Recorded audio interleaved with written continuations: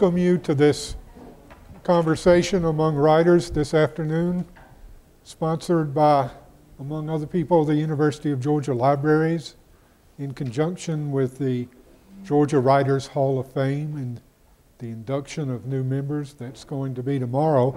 And I thought maybe I'd begin by telling you that the induction ceremony will be at 10:30 tomorrow morning in the 4th floor rotunda of the library. It's going to be a great event, and two of the people on the panel here today, Philip Lee Williams and Judith Ortiz-Cofer, will be inducted into the Hall of Fame, and David Bottoms, who's here at the end, was inducted last year.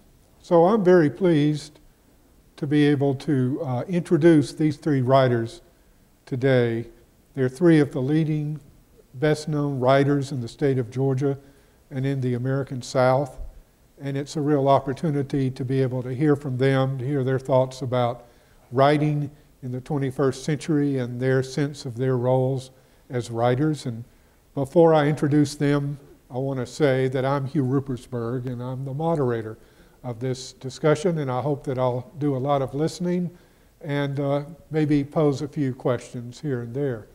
But starting from the end of the panel, down at the end, I'd like to introduce David Bottoms, who's John B. and Elena Diaz Amos Distinguished Chair in English Letters at Georgia State University.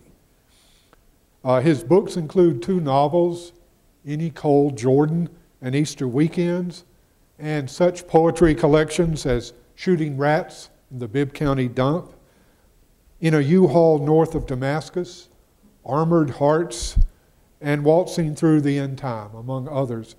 He is a founding co-editor of 5 Points Review, and since 2000 has served as Georgia's Poet Laureate.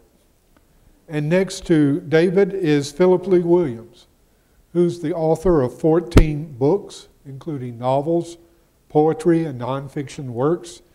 Among his best-known volumes are In the Heart of a Distant Forest, Song of Daniel, Perfect Timing, All the Western Stars, and the Civil War novel, A Distant Flame.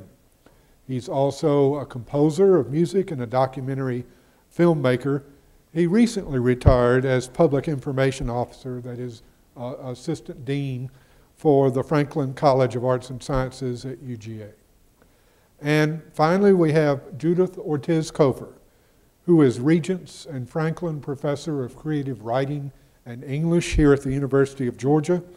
She is widely known and anthologized as a poet, essayist, and fiction writer. Among her many volumes are novels such as The Line of the Sun and The Meaning of Consuelo, prose and poetry collections such as Silent Dancing and The Latin Deli, and poetry, including Terms of Survival and Reaching for the Mainland. So these are our three writers who are going to talk today about their work and their writing. And I thought I would begin by asking them to comment to you as a group and to each other perhaps about what it's like to be a writer in today's world. And any of you may feel free to begin. Why are you guys looking at me? It's always ladies first. Is this too loud, or is it right? What is it like to be a writer when you have to also make a living? Well, I have to tell you that it's been for me, it's been a surprise, and I continue to allow it to be a surprise that I'm a writer in this world. I knew from the beginning when I discovered books, and books became my anchor in a very dislocating life as a military brat, that I had to be around books. And I thought that the only way to do that and still make a living was to teach. So I've always known that I needed and wanted to teach. Around the time when I was in college and especially in graduate school, I discovered that I had a need to also write. And since then, two things have happened. I haven't had a day where I'm not busy with something, and I haven't had a day when I'm lonely or bored. So the bad thing is when you're a writer, you always have a job to do. You're never off. You're never without something to do, because one of the things that, you know, I complain bitterly to my family, especially my husband. I have a book deadline. I have to finish this book. And then he says, well, maybe when you finish it, you know, you can take a break. As soon as I finish it, I say, well, I don't know what to do now. I have to start another book. So I don't know if that's what you meant. There's the writing, which is, you know, to me, the remnants of my Catholic faith make me call it a vocation.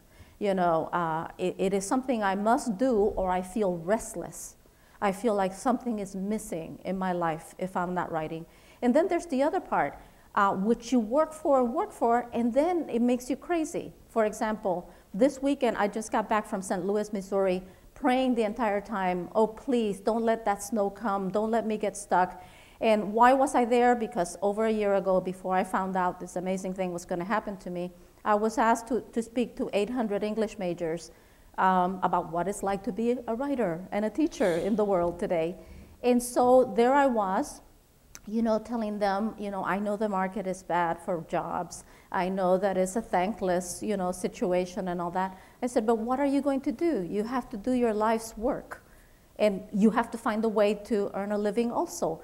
And so for me, success in terms of like being asked to do readings and to write books and all that is what I work for. And now my life is comprised of that, how to manage my time so that I can do the work of my life and also do my teaching, which is my profession. So I would not trade it for anything else. I complain bitterly about no time, but I would not have traded this life as a writer for anything else, because I don't know of anything else except having a good family. And I almost said the only thing that comes to my mind is I have this beautiful grandson now. And when I say nothing gives me more pleasure, well, looking at my grandson gives me more pleasure than anything in the world. You know, I've become a total idiot about that. But so anyway, I'll stop there, but I'll just say that being a writer in this world today is as hard as it always was, because the Medici family is no longer around. If they were, you know, supporting me and I was living in one of their palazzos and all that, it'd be like the ideal situation. But I just really think that I'm doing what I need to do, what I was born to do, what I must do. So that's basically what it is to me. You know, I'm sort of the same way. I started out knowing as a teenager that my life was going to be one that was deeply enmeshed and entwined in creativity in some way. And yet I wasn't exactly sure back in those days exactly which direction it was going to take me, because I did what sort of my family did, which was a little bit of everything.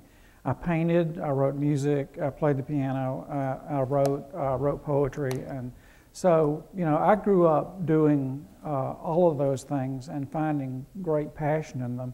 I also was constantly encouraged. This is the kind of thing that you don't see perhaps a lot. That when I remember, you know, when I was, you know, maybe in the 11th grade, my parents were asking me what I was going to do with my life. I think one night I said, I think I want to be a poet. And they both said, great, that sounds like a wonderful thing to do. And thinking back on that now, I can't imagine that response is something that too many kids who say they want to become writers, much less poets, would get from their parents. So I was encouraged a great deal as a kid to follow, you know, the direction that I had. And so, and I found out early on that I had not only a passion for it, but enough of a gift to keep me going. And so, you know, where I am now is the culmination of 40 years of absolute, utter daily joy. You know, when we talk about the work of writing and everything, you know, people who are practicing writers, and David and Judith have been friends of mine for years and years and years, and so has Hugh. You know, we are people who are fortunate enough to have learned early how hard it is to do what we do, not to mind failing, and to devote our lives to trying to get better. And the good thing about it is that there's no age limit on getting better. You can continue to do this as long as your brain is working and as long as you're physically able to. And you know, every day when I get up, there's a challenge before me. I deal every day with the next manuscript I'm working on, or getting ready to read galleys on a book that's about to come out, or traveling, as Judith got through saying, to give speeches and talks and be on panels and things like that and everything. We all do all that all the time. But really the main thing, the thing that really keeps me going is that challenge every morning of looking at what I am doing and asking myself that single question that I ask all the time: how can I get better at this? Because you don't feel, even after X number of books or awards or anything, that you've remotely reached the potential or the place that you want to be. You never do. What you want to do is to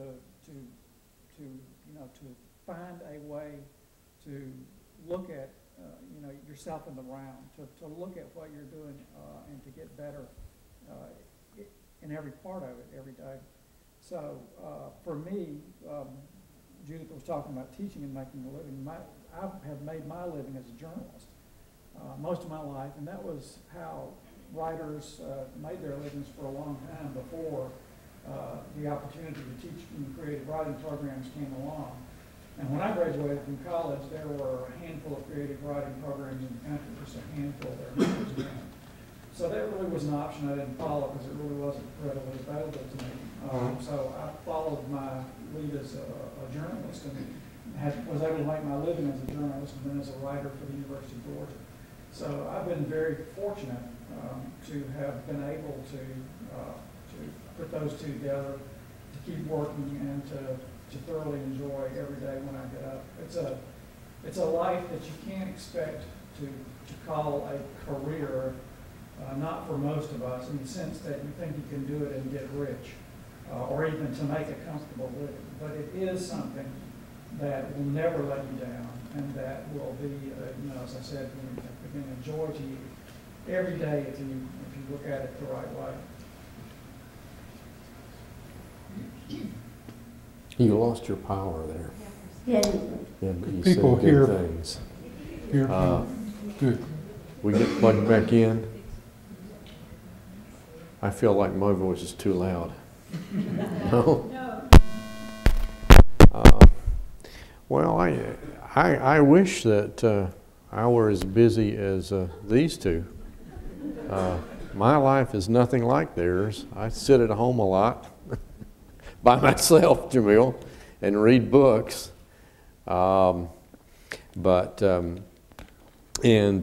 on in my life, Phil, I got very little encouragement toward writing. We've talked about that before. Yeah. Am I back on? Yeah. Okay. I got, our experience is just the opposite. But I do recall early on in my life, and I've said this a number of times, having a sense that there was something in books that was important and significant. And I always saw books and writing as kind of a search for significance in the world.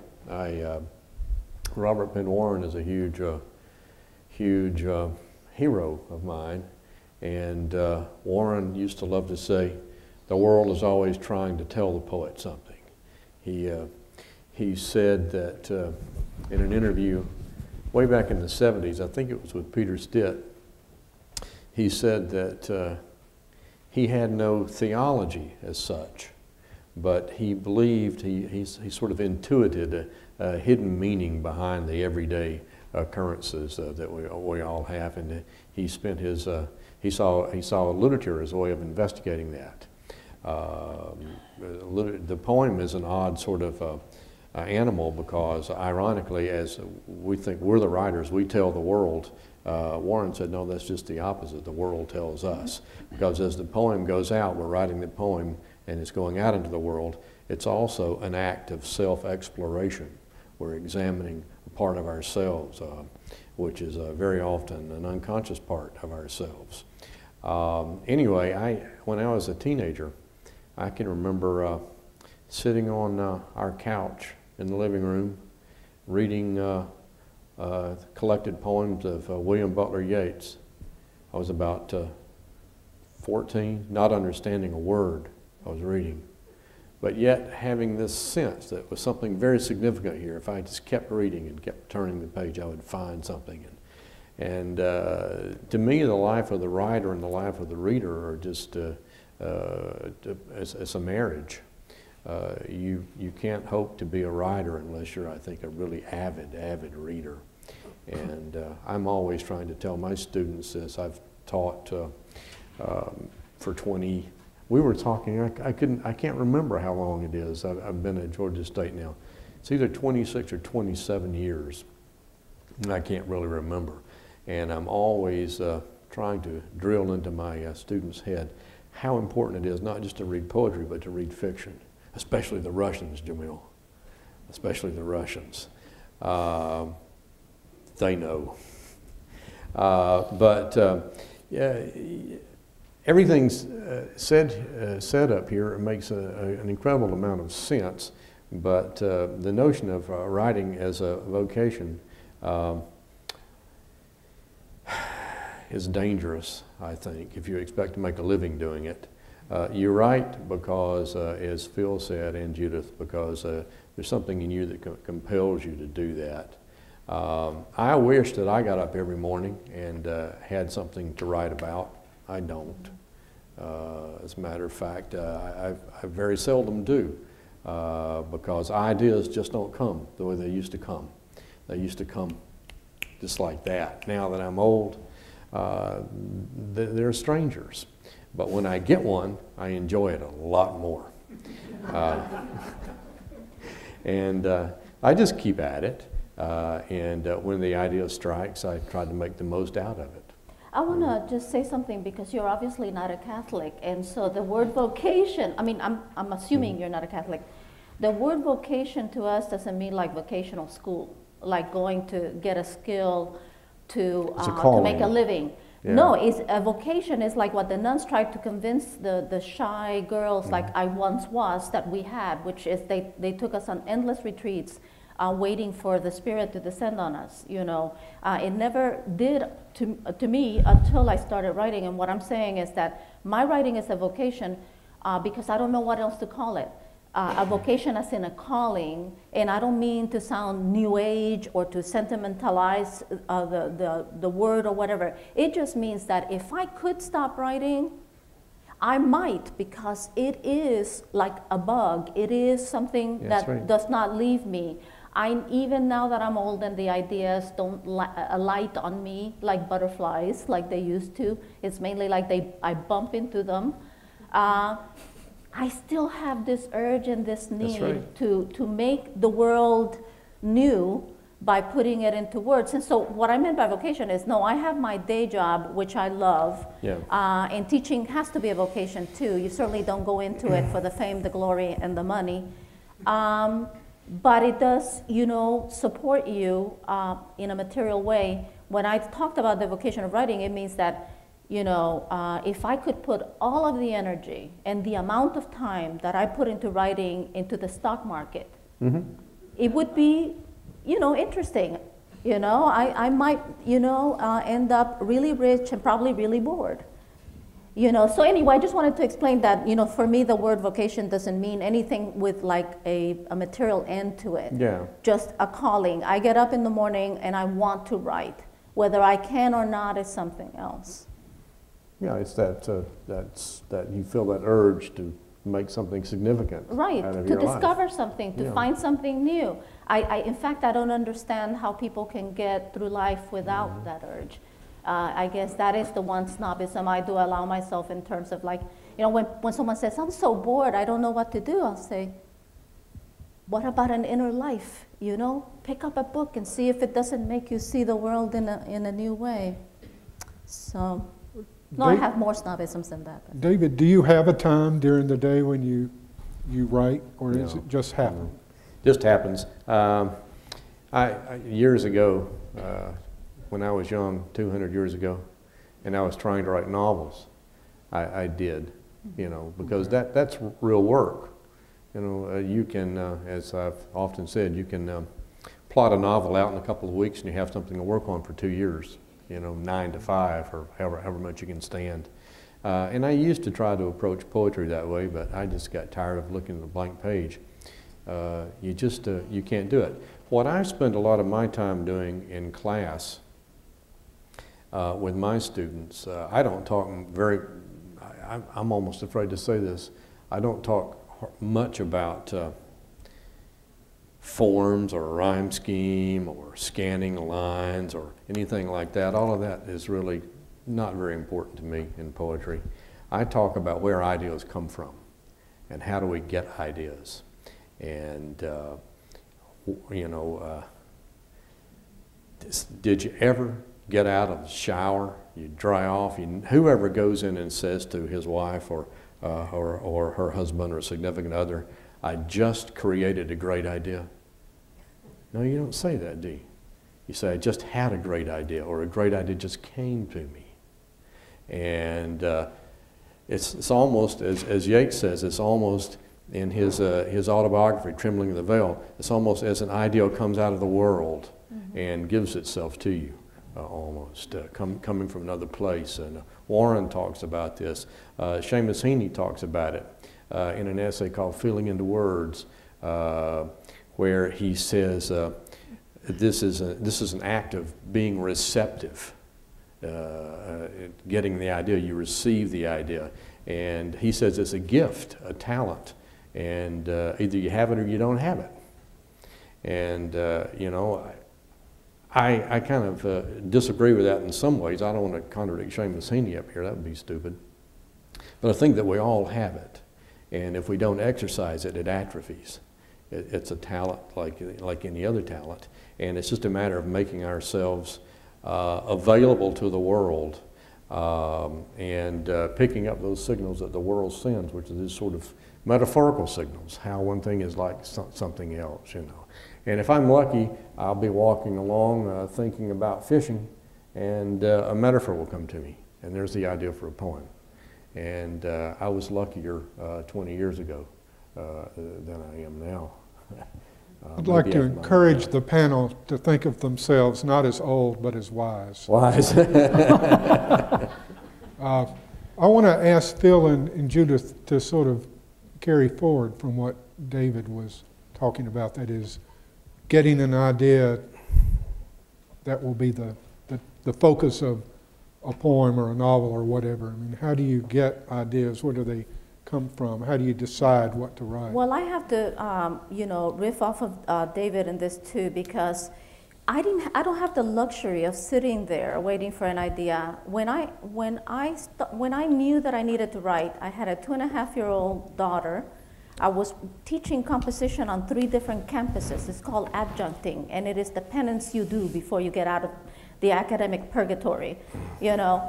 And then after daycare and all the early grades, I was taking my daughter to horseback riding, brownies, gymnastics, and everything else. And by the time I got home, after sitting in those tiny chairs waiting for her and listening to, like, do you like Barbie? No, I like, you know, Hello Kitty and all this. I didn't have, like, Yates on my mind, you know. And so to make it a short story, I've written about this. It's people ask me, so how did you become a writer?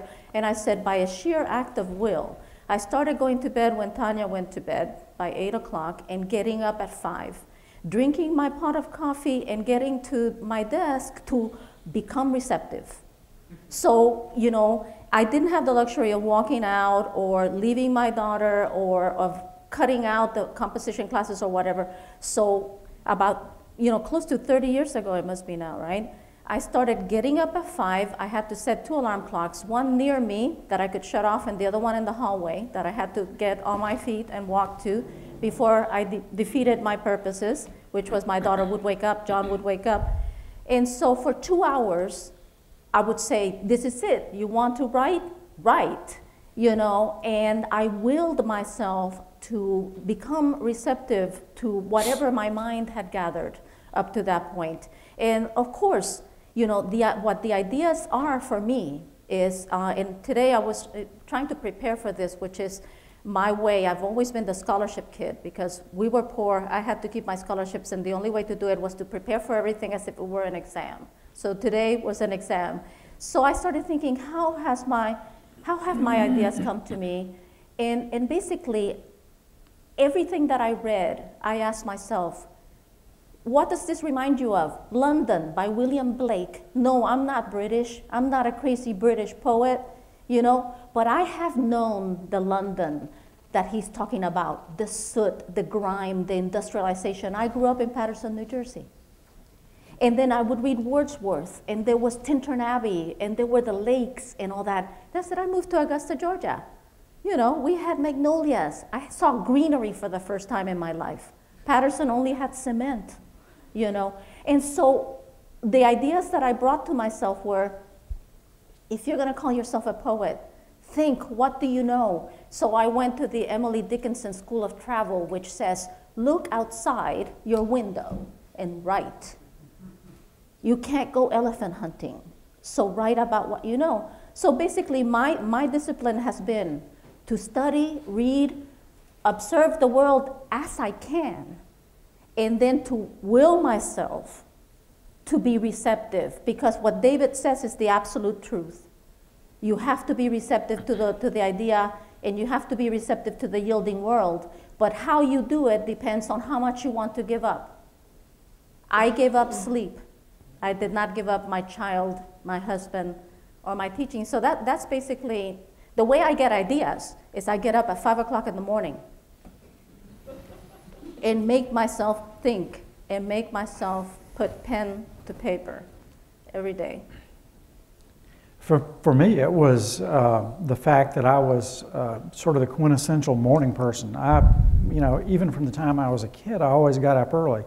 So there was nothing, I knew that there was nothing I wanted to do more than to write and to try to see how far I could go as a writer and everything. So, you know, for me, getting up early to work was not particularly a sacrifice, because I'm one of those people who wakes up in the morning like a dog and shakes once and is wide awake. I think it's genetic. I don't think it's anything that I particularly willed or anything. But I've been getting up at 3:45 for 35 years. And I wake up wide awake, I'm ready to go, and you know, I always know where I'm going and what I'm going to be working on, because I use a trick that Hemingway, many people know about, of course, but Hemingway wrote about it in A Movable Feast, which is to always to quit what you're writing when you know what's going to happen next, particularly if you're working on something long, like a long poem, or if you're working on long-form fiction. And it works beautifully, because when you come in the next day, you really don't have a startup time that you have to worry about. What I do when I come back the next morning and I'm ready to work, and the very first thing I do is read the New York Times and 2 or 3 other websites and everything, just to wake up and drink a little coffee. But that doesn't last very long, because I'm eager to get to work. And so I will go back and I will scroll back 3 or 4 pages, you know, and I will read up to where I'm about to start. Look for maybe a few typos or words I want to replace, just small things that are, you know, editorial things, because to me a first draft is just a scaffold. It's not something that I'm frequently not very close at all to the end product when I finish a first draft of a book. To me, the real writing begins with the 2nd, 3rd, 4th, and 5th draft, and the real and much greater joy begins too. I'm somebody who loves rewriting much more than first drafts. But, you know, I'm always there, always ready to go, and always eager to get at it every day. And you know, writer's block is something I've read about, but it's something that has never troubled me in my life. I have always been able to do different things. I will shift occasionally. I will get into huge long stretches where I will either have finished a novel or decide just to lay off for a while and write nothing but poetry for weeks and weeks or months and months. And frequently I will change them too, and on weekends I always give myself time, because I usually am working on fiction, but on weekends I always do fiction and poetry in one long stretch in the mornings and everything. But honestly, you know, David was talking a little bit about the necessity and the way you feel and everything. For me, it's a really, really powerful and real thing. It's not something that is something I've made up or something that I've constructed to make myself work or anything. If I don't get my writing done and in a certain extent do it successfully, by which I mean having found one really good word or one really good line or one really good phrase that I can sit back and go, oh, you know, this has been a really, really good day writing. You know, then I am miserable. I'm physically, emotionally, you know, and spiritually miserable for the rest of the day. You know, it really takes that time for me in the morning to recalibrate my whole life, and without it, it's not going to be a good day for me. And if I have to miss writing for any reason, it's not going to be a good day for me. There are days when I miss writing, when it's unavoidable, if I'm on the road or for one reason or another. But in general, I write every day of the year. You know, Thanksgiving, Christmas, New Year's. You know, I'm up there ready to work, and it's not always good stuff. It's not always, certainly not always great stuff. But it is always the scaffold, not only of the project I'm working on, but of my life. So you've all spoken in very individual and personal terms about your writing, but you all have a public audience, you all have a public reputation, you have a public role in different ways. Do you have a sense of yourself as a public person, as a responsible person? Do you have a sense of responsibility as a writer? And does that have any meaning? I can't write if I get up to censor myself about who I'm to, you know, my audience. In other words, no, I don't. Is that what you mean? To think like someone is going to be reading this? Yeah. Oh, yeah. okay. No, I can't do that. Mainly, I guess if I were writing on a contract and I was told by the publisher, you know, you are writing for well-to-do middle-class women in the Eastern Seaboard, and you may not, you know, invalidate their system, I would be completely paralyzed, you know. So I guess what I do is I basically decide what story compels me. Now, that doesn't mean that I haven't written with a particular like age group in mind. For example, I've just finished 2 picture books, you know, for children, you know, 6 to 8 years old. So yes, I am imagining a group of tiny little kids when I'm writing, and I'm, you know, selecting the vocabulary and that sort of thing. But when I'm writing a novel particularly, you know, I think that it's a mistake to think, oh, what is my dean going to think of this? Or I'll probably lose my audience in Georgia if I mention this. And you know, it does happen because in my novel, The Meaning of Consuelo, I have a gay character. And my first novel was reviewed all over Puerto Rico, and The Meaning of Consuelo was ignored, and I was basically told that it was just not going to be reviewed in the major newspapers there. And so, but if I had taken that into consideration, then my story wouldn't have been my story. It would have been to please a particular group of people. Now, I do have a qualification to that. I don't want to alienate my mother and a few other people in my life. And so I write a lot about my family. And so one of the things that I have told myself is, if you have a nasty story to tell, you know, tell it as fiction. The guilty parties will recognize themselves, and then what are they going to do? Say, come to me and say, I'm the villain in that story, and I'm going to sue you. I'll say, all right, let's do it.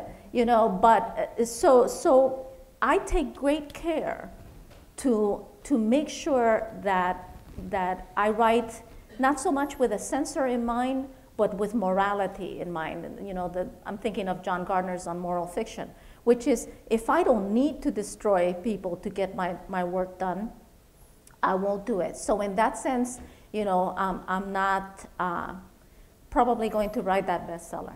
You know what I mean? So, so I don't know if that's what you mean, but no, when I get up to write, I am free. this is the thing about writing. Writing doesn't pay my bills. Nobody's waiting with a check for my poem to be done. When I sit down to write, I am free. Art frees you from the constraints, you know? If you're commissioned to do something, that's something else.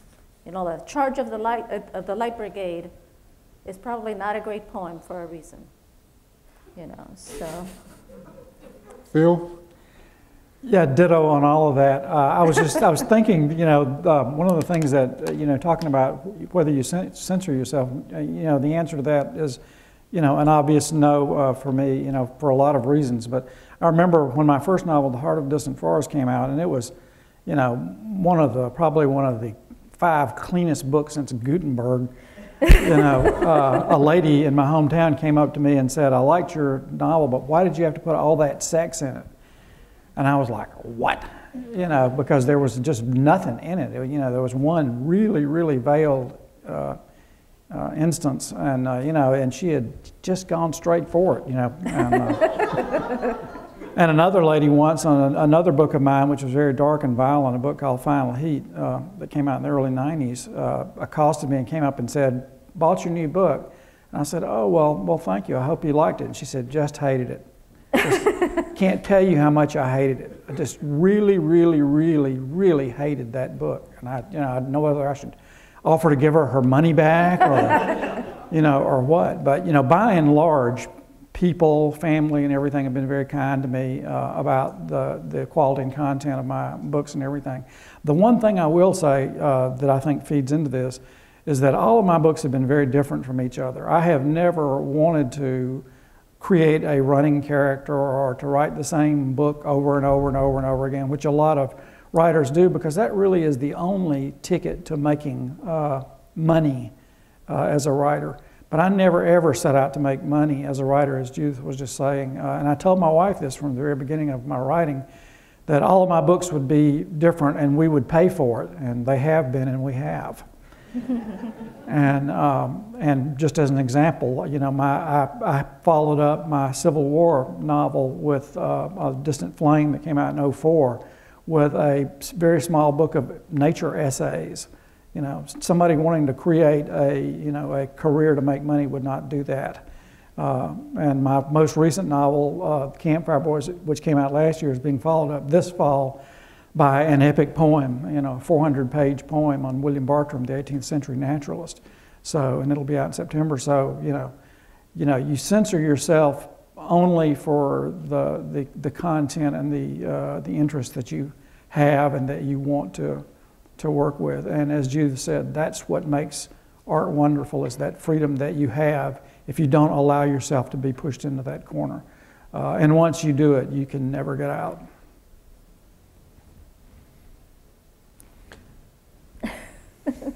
Hugh, I sort of lost track of that. I agree with everything. I don't know if I have anything to add to any of that, but the focus of the question had something to do, I think, with the writer having audience. some sort of Do social... you write for an audience? I wanted to get a sense of whether any of you felt that there was some standard, some sense of ethics, some sense of morality, which Judith mentioned, to which you're responsible. I think social Judith's, good. Yeah, I think everyone spoke very well to that.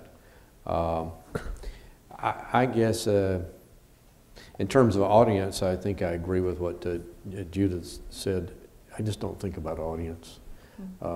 Mostly I write poetry, and poetry is a very intimate genre, very intimate form.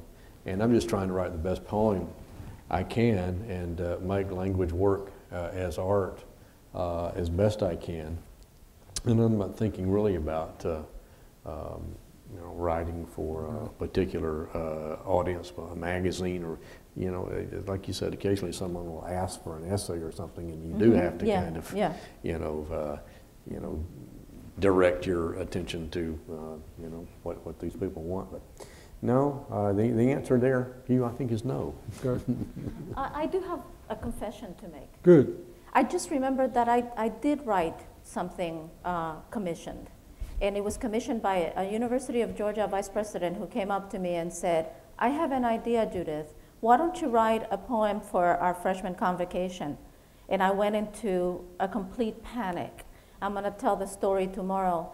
And so I did, you remember that convocation poem? So I lied.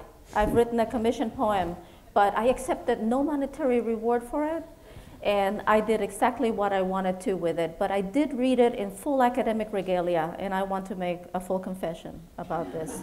I should come clean a little bit here too, because this isn't exactly commission, but it's just a different genre. I wrote a screenplay. I was hired by MGM to write a screenplay for one of my books one time, All the Western Stars. And when you are working with a studio and writing a screenplay, you know your ideas are, and you know this too. Your ideas mean nothing. They could care less what you think. They will tell you how you will interpret your book. That's right. They will tell you, you know, how you're going to handle your characters. They're going to tell you how your book will end different from how you ended it. And you won't be mentioned at the Academy Awards even if it wins. Right. Best screenplay. A line that I always think of is in Shakespeare in Love, a wonderful film. Jeffrey Rush is knocking Shakespeare around, and somebody says, "Who is he?" And he says, "Oh, he's nobody. Just the writer. He's nobody. He's the author." Right.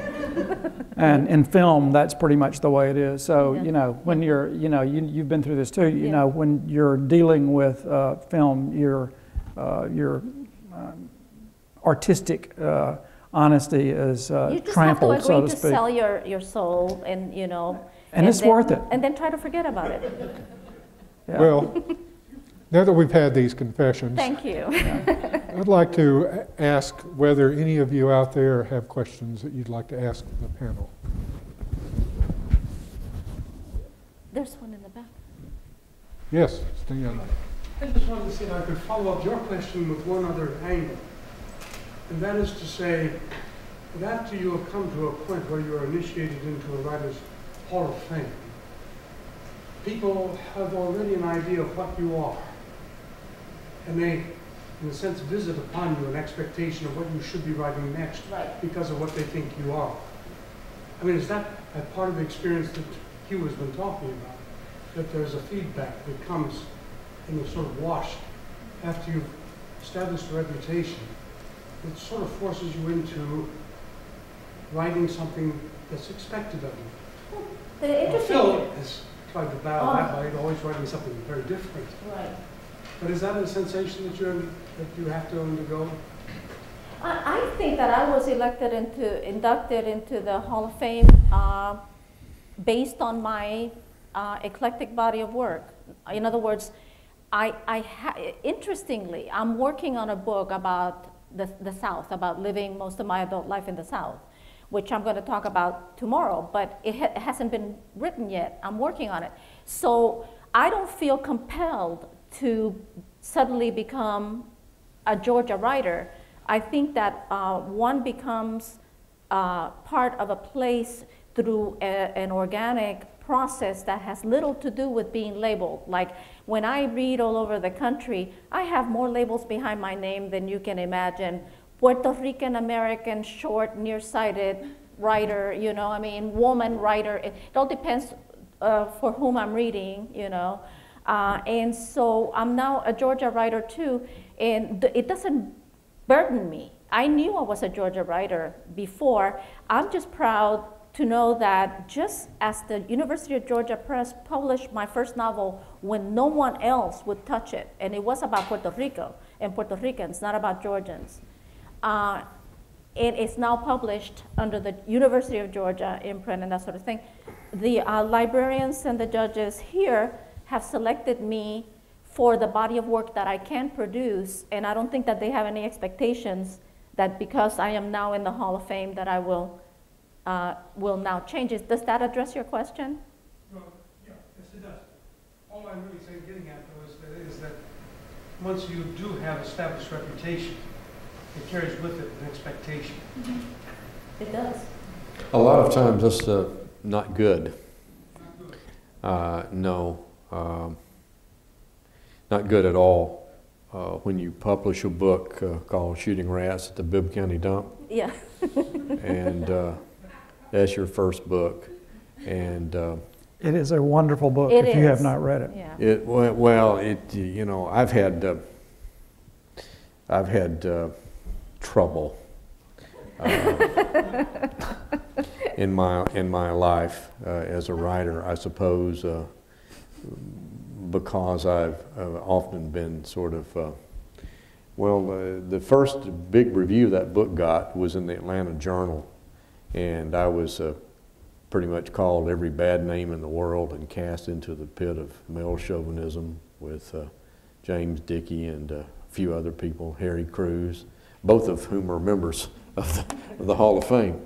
But you know, you want to move on and grow, and sometimes it's hard after, you know, making a certain reputation for writing a certain sort of thing. It's hard to get people to pay attention to you after that. So I like to think that over the years the work has matured a lot. And you know, you hope to sort of, it's like digging yourself out of a hole, you know, in some ways. You know, it's not going to affect what I write or publish, I don't think, at all, but you're right in the sense that, you know, people do look at your body of work differently, I think. One of the things that you all might not know is that 8th graders in Georgia are now required to have a unit every year on Georgia authors, which I think is a terrific thing. And there's McDougall Littell has published a book that actually focuses on Georgia authors, and I'm actually the first one in there. But you know, the people who have expectations of me, I'm finding out are 13-year-olds who are emailing me constantly wanting me to help them with their papers. I got one recently that said, "Dear Mr. Williams, can you tell me what this paper is about?" Brett. And I'm like, I wrote him back and I said, "I can't help you there, but you know, good luck." But you know, everybody has a different expectation of you, and you know, as people know, my books have been quite different, and I'm following up a Civil War novel with an epic poem about an 18th century naturalist. You know, typical of me, but you know, it's just, you know, people know that they're not going to be reading the same book over and over from me. And as Judith was saying, and our careers track very closely together in terms of the kinds of things that we write and the ways we approach our creative work and everything. You know, you're honored for a body of work that is that one would hope is not consistently the same, but consistently good. And you know, if we can believe that and we can hope that that's true, then what we do in the future, you know, we just, you know, want to hope will build and extend beyond that. Other questions? I have a question following up on the discussion about generation of ideas. And Judith, you said that when you were younger, the ideas would light on you like butterflies, right, and now you sort of crash into them or whatever. Yeah. So you said you get fewer of them, but you enjoy them more. And I was just wondering, actually, that was David. That was David. Okay, they said that. What is the relationship there between, you know, earlier in your careers, you think ideas came easier and they're harder now? How does age factor into that, or experience factor into that? I think, you know, that what age and experience do is they let you know how little you know. When I was 25, I thought, you know, I can write about the chain of being. Alexander Pope did it, so I can too. So my early poems are just so awful and arrogant, you know, and that's why I try to be kind with my undergraduate students when they come in, you know, with their philosophical tracts, you know, that, you know, airy nothings, as they say. The fact is that now I'm so much more selective about what I write. You know, I've already written about what Virginia Woolf called the moments of being. In fact, in order to write, you know, my book of autobiographical essays and poems, I followed this quote that she gave me. As she said, how did she arrive at her selections for writing? How did she decide what things in her life were important? And she said, I follow the tracks left by strong emotion back to my moments of being. And I decided, I'm not just going to write about anything that seems to be poetic or right. It's usually already been done. William Shakespeare ruined it for all of us. He's already written about everything from lips to war to death everything else. And so that taught me more than anything, which is to write specifically and with passion. The subject has to be important enough to you that you can write passionately about it. And so when I was younger, I had all these subjects. I could write passionately about my mother, about a nun that I knew in school, about, you know, everything was revealing. And now life is different. I now have to be much more selective, you know. And so I think that's what has happened, is that I now know how little I know, you know, much more confidence than I did at 25 when I thought I knew everything very well. Thank you. You know, so. You know, I have been very, very lucky. I don't know how else to say it. But you know, from the time I was a very young writer, I had this idea of myself as a writer, and it sort of inhabited me completely, of who I was, how I wanted to approach my career. And the last thing I really wanted was this typical, you know, American writer bell curve where you know, get hot real fast and then you fall real fast and everything. And I wanted to try to structure my own writing life in every way that I could to be a very slowly rising, you know, curve upward. Not, you know, when you do that, you're not necessarily going to hit perhaps, you know, that high point and stay there all the time.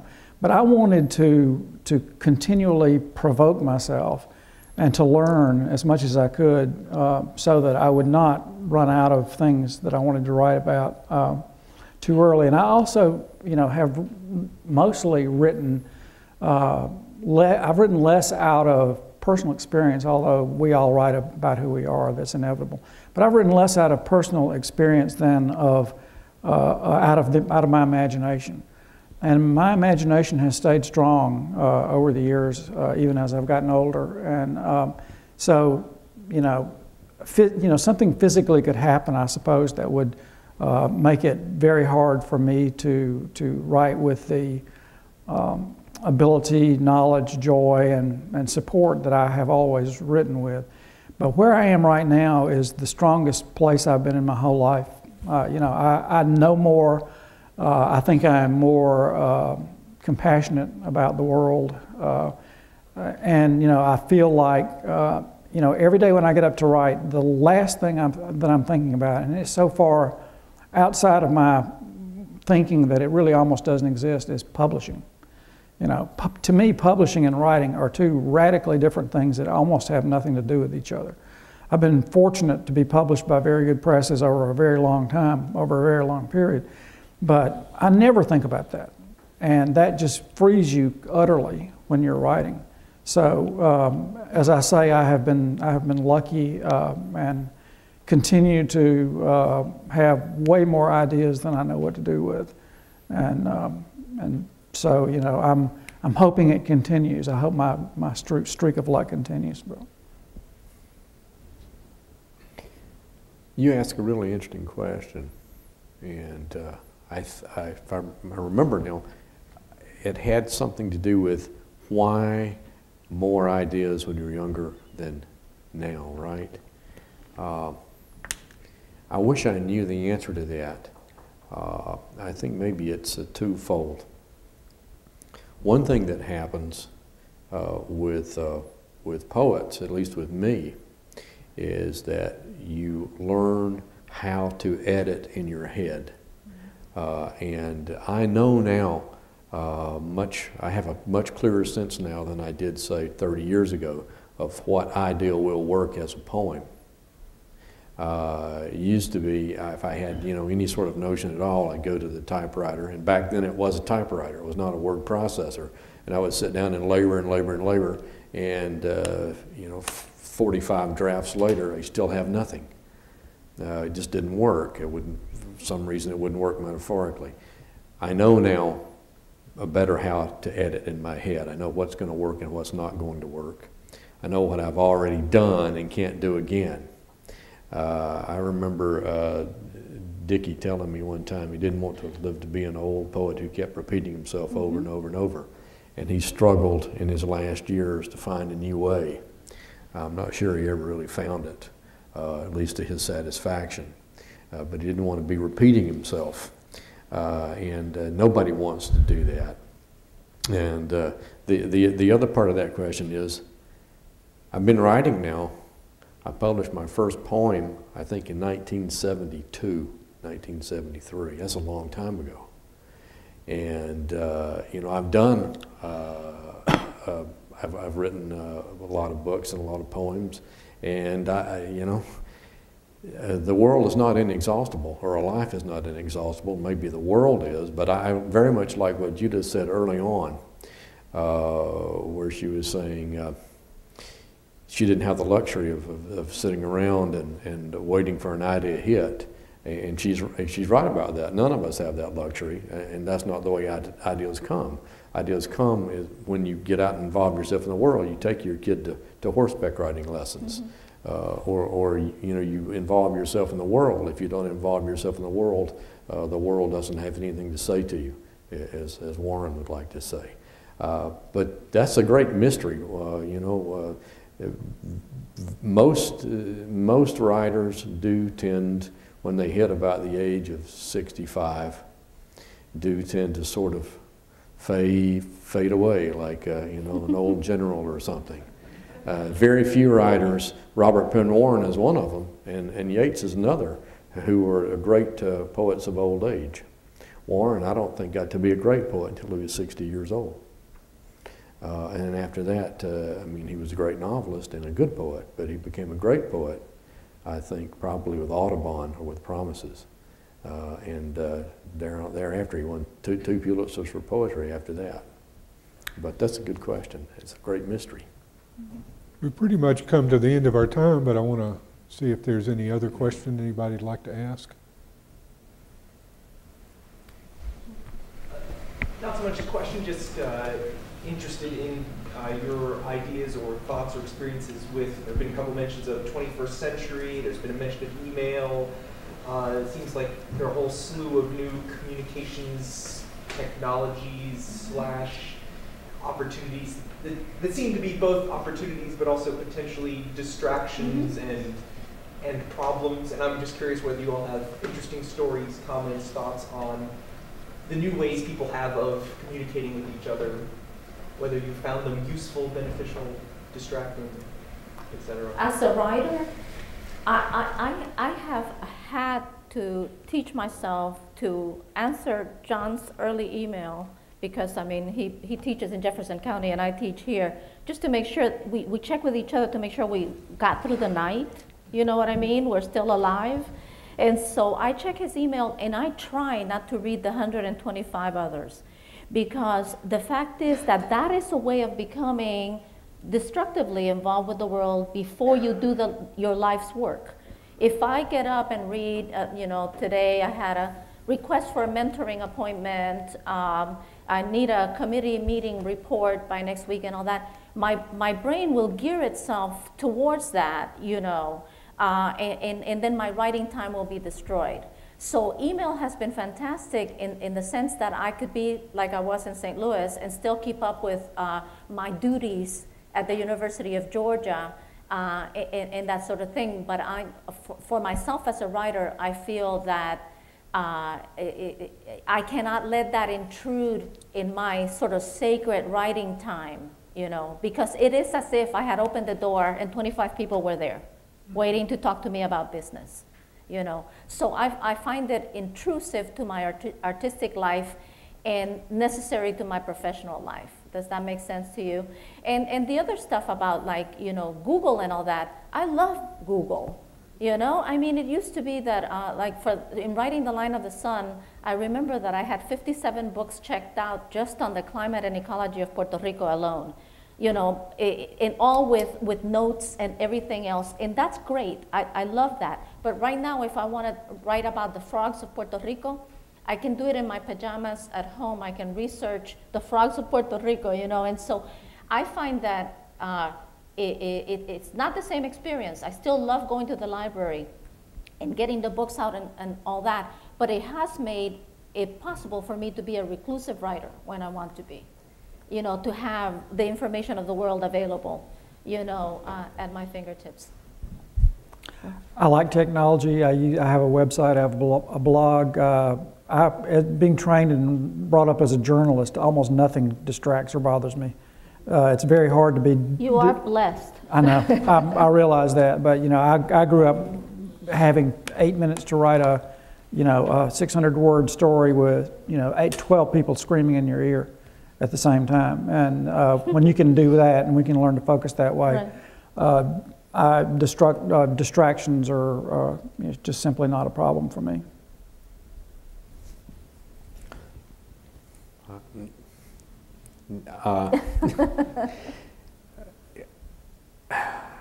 I guess the biggest advantage these days is the word processor. You know, I remember what it was like fighting cutting up little patches of yellow paper, you know, and taping them, you know. The word processor is just phenomenal. You know, that's, but I don't get to any emails. I'm not well-liked enough to get emails. I look forward to emails. I'll send you one day. Yeah, me too. Send me an email. But I don't find them distracting at all. No.